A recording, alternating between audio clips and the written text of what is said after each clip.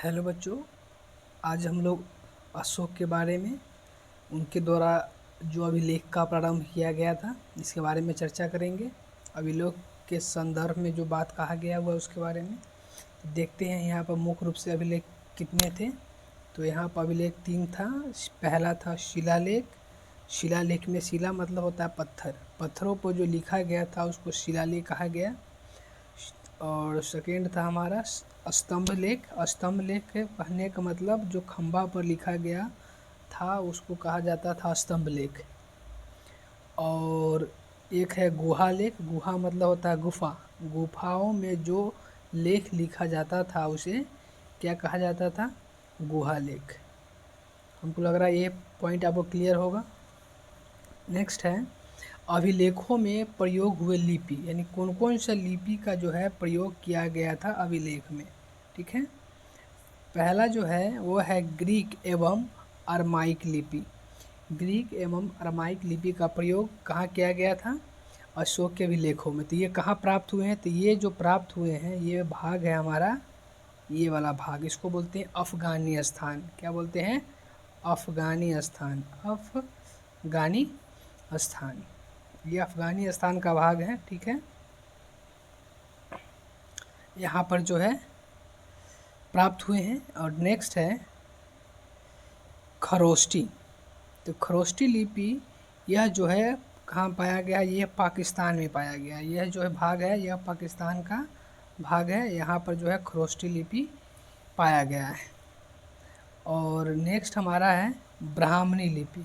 तो ब्राह्मणी लिपि जो है हमारे और जो भाग है भारत के इस क्षेत्र में देखने को मिला है, ये भारत का भाग है। अगला है अशोक के शिलालेख की खोज कब की गई थी? तो अशोक के शिलालेख की जो खोज है वह 1750 ईस्वी में कब की गई थी? 1750 ईस्वी में इसकी खोज की गई थी। किसके द्वारा? इनका नाम याद रखिएगा, पाद्रेटी फैंथलर। पाद्रेटी फैंथलर के द्वारा इसकी खोज की गई हुई थी। कब की गई थी? 1750 ईस्वी में इसकी खोज की गई थी। नेक्स्ट है हमारा कि शिलालेखों की संख्या कितनी है? तो यह 14 है। ध्यान रहेगा, अशोक के शिलालेखों की संख्या कितनी है? तो यह संख्या जो है 14 है। नेक्स्ट है कि सर्वप्रथम 1837 में जेम्स प्रिंसेप, कौन थे? इनका नाम था जेम्स प्रिंसेप। क्या नाम था? जेम्स प्रिंसेप ने 1837 ईस्वी में क्या किया था? अशोक के अभिलेखों को पढ़ा था पहली बार।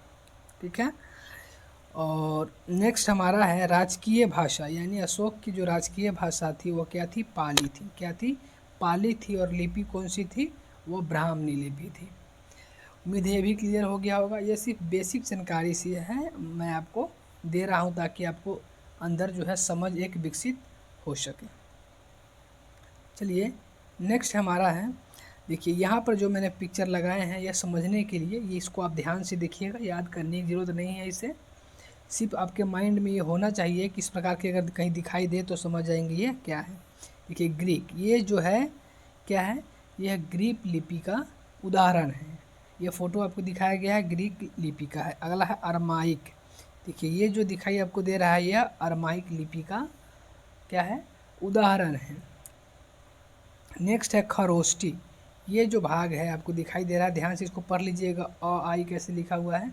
यह जो है खरोष्टी का उदाहरण है। और नेक्स्ट जो हमारा है वो है ब्राह्मणी। क्या है? ब्राह्मणी। ये जो है ब्राह्मणी लिपि का उदाहरण है। इस पिक्चर को ध्यान से आप लोग देख लीजिएगा, समझ लीजिएगा, ताकि आपको कंसेप्ट क्लियर हो जाए। चलिए नेक्स्ट शिलालेख के बारे में जानते हैं। जैसे कि हम लोग पीछे पढ़े हैं कि अशोक के जो है कितने शिलालेख थे? तो अशोक के जो है कुल 14 शिलालेख थे। ध्यान रहेगा कितने थे? 14 शिलालेख थे। तो अशोक के जो है प्रथम शिलालेख में जिसकी चर्चा की गई है उसके बारे में हम लोग अभी जान लेते हैं। तो पहला है पशु बलि पर रोक, यानी कि राजा द्वारा यानी अशोक द्वारा पशु बलि पर क्या कर दिया गया था? रोक लगा दिया, यानी कि पशुओं को नहीं काटना, उसके मांस नहीं खाना, इस पर रोक लगा दिया गया था। नेक्स्ट है मनुष्य एवं पशुओं के लिए चिकित्सा, बहुत इम्पोर्टेंट है। चिकित्सा जो है मानवों के लिए भी और जानवरों के लिए भी चिकित्सा का सुविधा उपलब्ध करवाए थे अशोक। ये जो है प्रथम शिलालेख में कहा गया हुआ है, यह जो है दूसरे शिलालेख में कहा गया हुआ है। क्लियर है। अगला है अधिकारियों को 5 वर्षों पर दौरे पर जाने के लिए, यानी कि अपने जितने अधिकारी थे, उनके विभाग थे, उसमें सभी लोग को कहा गया था कि 5 वर्ष पूरा होने पर अपने जो है राज्य में जाइए, उसका दौरा कीजिए, वहाँ के लोगों के बारे में जानिए, किस प्रकार से जो है लोगों को राजा के प्रति मन में भाव है। ठीक है। नेक्स्ट है कि भेरी घोष के स्थान पर, देखिए भेरी घोष का मतलब होता है वही जो मांस वगैरह जो लोग खाता था या एक दूसरे से द्वेष था, भेदभाव था, उस सब को जो है दूर करने के लिए उन्होंने कहा धम। धम का अर्थ होता है धर्म, ध्यान रहेगा। धम का क्या अर्थ होता है? धर्म। ठीक है। धम का अर्थ होता है धर्म, यानी कि धर्म को अपनाने के लिए उन्होंने क्या किया था? जोर दिया था। जोर धर्म कहने का मतलब है कोई भी व्यक्ति स्वतंत्र था, हर एक व्यक्ति स्वतंत्र था, कोई भी धर्म वो अपना सकता था, ऐसा नहीं कि वह सिर्फ बौद्ध धर्म को ही अपनाए। चलिए नेक्स्ट है कि धम्म महामात्रों की नियुक्ति। क्या था? धम्म महामात्रों की नियुक्ति। धम्म महामात्रों मतलब जितने धर्म गुरु थे, जितने लोगों का धर्म था, जो भी धर्म था, उनके लिए अलग अलग जो है गुरुओं का क्या करना? नियुक्ति करना। महामात्रों का मतलब उसके जानकार, विशेषज्ञ, उनके जो है नियुक्ति करना। नेक्स्ट है आत्मनियंत्रण, यानी सभी लोगों को अपने आप पर नियंत्रण होना चाहिए। वो किसी भी आकर जो है किसी की बात में आकर जो है तुरंत गुस्सा नहीं होना चाहिए, अपने आप पर नियंत्रण होना चाहिए।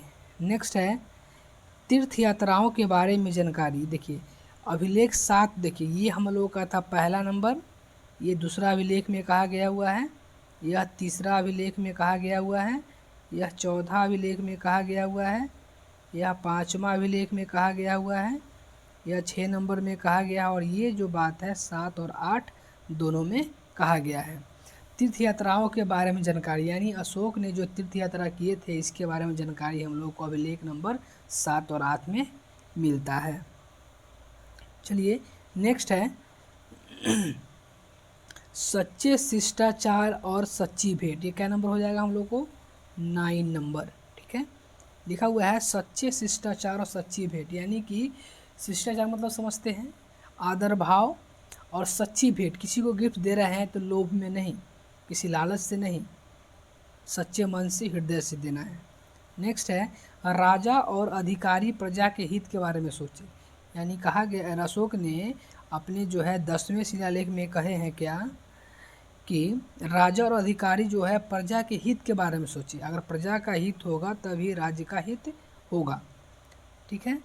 नेक्स्ट है धम्म की विशेषता और व्याख्या। अगला जो है 11वां नंबर शिलालेख है, इसमें जो है धर्म की क्या विशेषता है उसका व्याख्या किया गया, उसके बारे में डिफाइन किया गया, उसको समझाया गया है कि उसमें क्या क्या खूबियाँ हैं। ठीक है।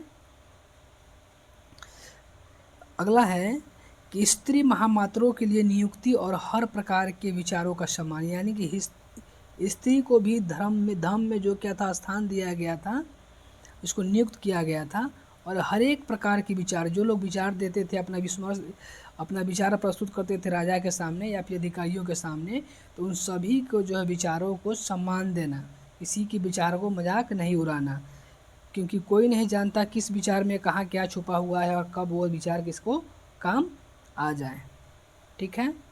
और सबसे खास बात तो यहाँ की यह थी कि यहाँ पर महिलाओं को उच्च पदों का भी दर्जा दिया गया था। इसके बारे में आप लोग जानते भी होइएगा कि अशोक जो अंगरक्षक था वो महिलाएं थी। ठीक है, इसकी चर्चा हम लोग करेंगे। चलिए नेक्स्ट, कलिंग युद्ध का वर्णन, हृदय परिवर्तन। कलिंग युग का वर्णन, हृदय परिवर्तन, पड़ोसी राज्य के से संबंध, यानी कलिंग युद्ध का वर्णन जो है हमारे क्या नंबर अभिलेख में है? देखिए ये हमारा कितने था? 9 नंबर, यह 10 नंबर, ये 11 नंबर, यह 12 और ये 13, यह 13वां नंबर से अभिलेख में कहा गया हुआ है शिलालेख में कलिंग युद्ध का वर्णन किया गया इस अभिलेख में। बहुत अच्छा है, बहुत इंपॉर्टेंट, याद रखिएगा। यह जो है VVI है, इसको ध्यान रखिएगा। 13वां नंबर जो है VVI है। इसमें क्या कहा गया हुआ है? इसमें कहा गया हुआ है कलिंग युद्ध का वर्णन, हृदय परिवर्तन और पड़ोसी राजाओं के साथ कैसा संबंध होना चाहिए, इसके बारे में बताया गया हुआ है। हमारा लास्ट है धार्मिक जीवन बिताने की प्रेरणा।